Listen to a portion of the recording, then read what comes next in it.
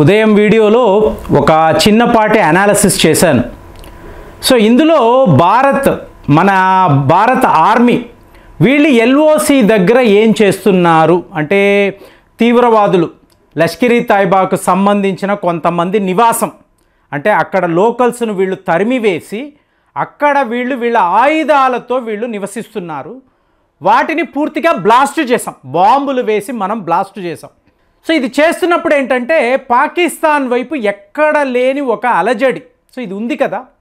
So ఈ టైంలో నేను ఒక మాట అన్నాను, రేపు వీడియోస్ చూడండి అంటే భారత్ ఒక పవర్ఫుల్ కంట్రీ, సో వీళ్ళు డైరెక్ట్గా పాకిస్తాన్ మీద యుద్ధము ప్రకటించడము అనేది కాదు.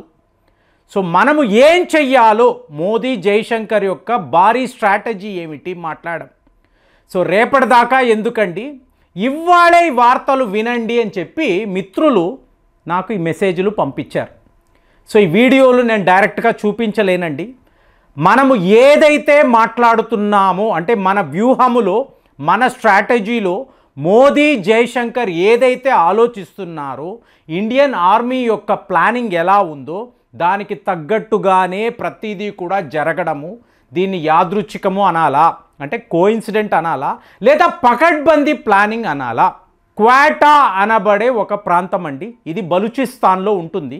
ఇక్కడ మాతుంగ్ అని మీకు ఇక్కడ విపరీతమైన మినరల్స్ దొరుకుతాయి, అంటే మినరల్స్ మైనింగ్ జరుగుతుంది. మీకు ఏదో ఒక రకంగా ఈ మినరల్స్ను ఒక ట్రక్కులో ఎక్కించుకున్నారు, వాళ్ళు అక్కడి నుంచి బయలుదేరారు, ఎక్కడ క్వాటా దగ్గర బయలుదేరుతున్నారు.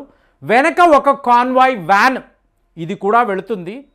మీరు చూస్తుండగానే మీకు అక్కడ ఉండే వ్యాన్ వెనక ఉండే ఈ అధికారులు ఎవరైతే మైనింగ్ చేశారో వాళ్ళు లోపల కూర్చొని ఉన్నారు. కళ్ళ ముందు తుక్కు అయిపోయిందండి. అంటే బలూచ్ లిబరేషన్ ఆర్మీ పోరాటదారులు, పాకిస్తాన్కి సంబంధించిన అధికారులు, అలాగే ఇదే క్వాటాలో ఈ మినరల్ మైనింగ్ జరుగుతున్న ప్రాంతానికి సెక్యూరిటీ ఇస్తున్న పాకిస్తాన్ ఆర్మీ సైనికులు 10 మంది దాకా ఐఈడి బ్లాస్టులో కళ్ళ ముందు video recording, Balochistan liberation army వాళ్ళు వీడియో రికార్డింగ్ చేస్తున్నారు. చూడండి, ఇక్కడ పాకిస్తాన్ వాళ్ళ వ్యాన్ ఉంది, లోపల ఇంతమంది సైనికులు ఉన్నారు, మేము ఐఈడి వాడాము, బ్లాస్ట్ జరిగింది, మీకు పాకిస్తాన్ సైనికులు ఒక్కరు కూడా మిగలలేదు. అంటే ఇండియన్ ఆర్మీ ఎల్ఓసి వద్ద జరుగుతున్న కాల్పులు అక్కడ బలూచిస్తాన్ వద్ద క్వాటా వద్ద జరుగుతున్న మీకు ఇలాంటి దాడులు, దీన్ని మీరు ఏమంటారు? అంటే మనము యుద్ధము చేస్తున్నామా లేదు అనేది కాదండి, మన ప్రాక్సీస్ పాకిస్తాన్ సైనికులను ఎంచుకొని టార్గెట్ చేసి ఒకరి తరువాత ఒకరు, మీకు అలాగే టర్బెట్ అని అంటారు, ఈ టర్బెట్ వద్ద జస్ట్ పాకిస్తాన్ కాన్వాయ్ వెళుతుంది, 2 వ్యాన్లు వెళుతున్నాయి, మీకు డైరెక్ట్గా దాడులండి, డైరెక్ట్గా బాంబులు విసరడము, అక్కడికక్కడ ఈ కాన్వాయ్ వ్యాన్స్ తుక్కు అవ్వడం. సో ఇప్పుడు నేను వెయిట్ చేస్తున్న విషయం ఏమంటే ఆల్రెడీ జరుగుతుంది కదా, మీరు ఉదయం వీడియో మాట్లాడారు, రేపు చూడండి అన్నారు, ఇవాళ ఆల్రెడీ స్టార్ట్ అయింది కదా, అనుకున్నట్టు అవుతుంది కదా ఫ్రెండ్స్. అలాంటప్పుడు మనము వెయిట్ చేయాల్సిన ఇంకొక విషయం ఎక్కడ, Khyber Pakhtunkhwa, Tehreek Taliban Pakistan, liberation front of Afghanistan వీళ్ళు ఇంకా స్టార్ట్ చేయడం లేదేంటి మనకి డౌట్, నాకైతే డౌట్ వస్తుంది, ఆల్రెడీ స్టార్ట్ అయ్యి ఉంటుంది. సో మనకు మెల్లమెల్లగా వార్తలు వీడియోలు క్లిప్పింగ్స్ వస్తాయి. అంటే మన ప్రాక్సీస్ ఎంత క్లియర్గా భారత్ ఇక్కడ ఫైరింగ్ మొదలుపెట్టింది అన్న వెంటనే మీకు తెలుసో తెలియదో, మీకు లిటరల్గా అరేబియన్ సీ వద్ద ఇవాళ మనము ఐఎన్ఎస్ రాజ్పుత్, ఐఎన్ఎస్ సూరత్, అలాగే ఐఎన్ఎస్ కోల్కతా డెస్ట్రాయర్స్ లిటరల్గా అక్కడ ఉండి మీరు నమ్మరు, మనము ఏకంగా హైపర్సానిక్ మిజైల్స్ను కూడా టెస్ట్ ఫైరింగ్ చేస్తున్నామంటే, లాంగ్ రేంజ్ మిజైల్స్. ఇందులో విచిత్రం ఏంటో చెప్పమంటారా, for the first time for the public, ప్రపంచానికి భారత్ యొక్క నేవల్, ఇండియన్ నేవీ యొక్క సత్తా ఎలా ఉంటుంది, మేము యాంటీ షిప్ బ్రహ్మోస్ క్రూజ్ మిజైల్ని కూడా మా శత్రువుకి వాడి చూపిస్తున్నాం. వాడు ప్రగల్భాలు పలుకుతున్నాడు, 130 నూక్స్. ఎవరు?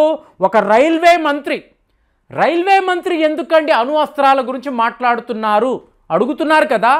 ఏమీ లేదు ఫ్రెండ్స్, మొన్న బలూచిస్తాన్లో జరిగిన ట్రైన్ హైజాక్.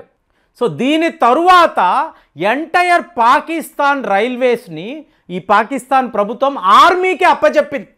చూడండి, రైల్వే స్టేషన్స్లో పాకిస్తాన్ సైనికులు కొన్ని దగ్గర ట్యాంకులు పెట్టుకొని, అంటే బలూచ్ లిబరేషన్ ఆర్మీ వాళ్ళు ఎక్కడి నుంచి ఎప్పుడు వస్తారో, ఎలా వస్తారో, ఏం చేస్తారో ఎవరికి తెలియదు. కాబట్టి ఎంటైర్ రైల్వేస్ నెట్వర్క్ని వీళ్ళు ఇవాళ పాకిస్తాన్ ఆర్మీకి అప్పచెప్పారు.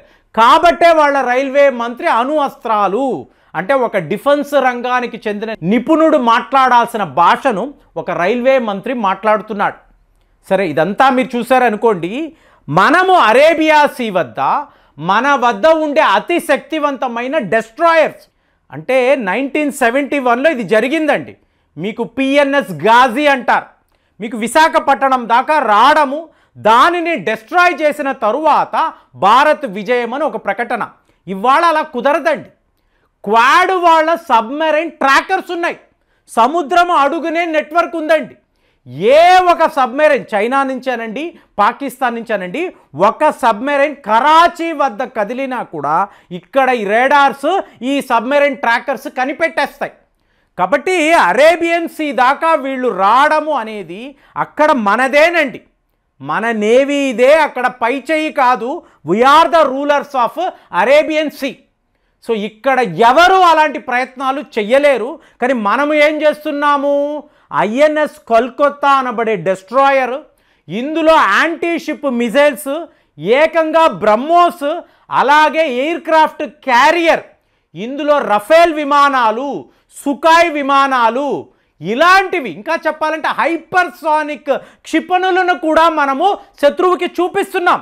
నువ్వు మాట్లాడుతున్నావు, నేను చేసి చూపిస్తున్నాను. నాతో యుద్ధము అంటే ఎలా ఉంటుందో ఒక్కసారి తెలుసుకో. క్లియర్గా అరేబియన్ సీలో పాకిస్తాన్ వాడు చూస్తుండగా, బాబాయ్ వీళ్ళు బ్రహ్మోస్ లాంటి అస్త్రాలను కూడా వాడుతున్నారు. ఇవంతా ఏంటి? లాంగ్ రేంజ్ మిజైల్స్ అండి. మీకు ఏకంగా 400 కిలోమీటర్లు, మీకు 500 కిలోమీటర్లు ప్రయాణించగలవు. ఇలాంటి అస్త్రాలను పెట్టుకొని ఇంకా మనము ఎందుకు యుద్ధము చేయడము లేదు? మిత్రులు అడుగుతున్నారు. పోయిన వీడియోలో క్లియర్గా చెప్పాను, మనము ఒక సూపర్ పవర్ కంట్రీ అండి. ఈ చిన్న చితకా వాళ్ళతో మనం డైరెక్ట్గా యుద్ధము ప్రకటించకూడదు. వాడు పొరపాటుగా ఆవేశపడి ఈ పానిక్ బటన్ని నొక్కి ఏమైనా చేశాడు అనుకోండి, ఆల్రెడీ 100 దేశాలకి చెప్పి ఉన్నాము. కాబట్టి అప్పుడు మనం పాకిస్తాన్ మీద విరుచుకు పడ్డాము అంటే మన ఇండియన్ నేవీ నేరుగా కరాచీ పోర్టు దాకా, ఇక్కడ ఎల్ఓసి దాటి మన ఇండియన్ ఆర్మీ, అలాగే మన వైమానిక దళము రెడీగా ఈ తీవ్రవాదుల క్యాంపుల మీద దృష్టిని పెట్టి టార్గెట్ చేసి ధ్వంసము చేయడం మొదలు పెడితే అప్పుడు పాకిస్తాన్ వాడికి ఓహో ఇదా వ్యూహము, దీని గురించి వాళ్ళు ఇంకా కూడా వెయిట్ చేస్తున్నారని అప్పుడు వాడికి అర్థమవుతుంది. అప్పుడు వాడు ఏ అణువస్త్రాన్ని వాడినా, వాడి వద్ద ఉండే ఎలాంటి మిజైల్ని తీసినా, మన దగ్గర S-400 ఉంది, మన దగ్గర స్ట్రాంగ్ ఎయిర్ డిఫెన్స్ సిస్టమ్స్ ఉన్నాయి. వీడు చెయ్యగలిగింది ఏమీ లేదు, అది వాడికి కూడా తెలుసు. మోర్ ఓవర్ వాడి దగ్గర యుద్ధము చేయడానికి డబ్బులు లేవు, చమురు లేదు. సైనికులు కూడా రోజుకి పారిపోతున్నారండి. ఎటు పారిపోతున్నారో వాళ్ళకే తెలియడం లేదు. ఎటు వెళ్ళినా దాడులు, ప్రాణ నష్టము. ఈ పరిస్థితిలో భారత్ ఇంకా కూడా వేచి ఉన్నాము అంటే ఒక పర్టిక్యులర్ కారణం కోసమే.